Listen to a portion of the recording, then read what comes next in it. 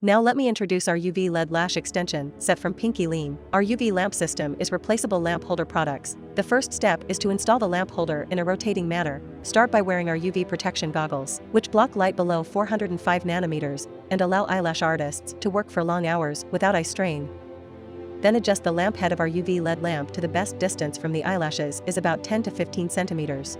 Then we use our thick tape to fix the customer's upper eyelid, which can make it more convenient for eyelash artists to graft false eyelashes, and also protect the customer's eye skin. Then use our black eye patch, which can also play a role in protecting the customer's eye skin. Then use our tape to add another layer of protection for the customer's eye skin. With our white eye strips,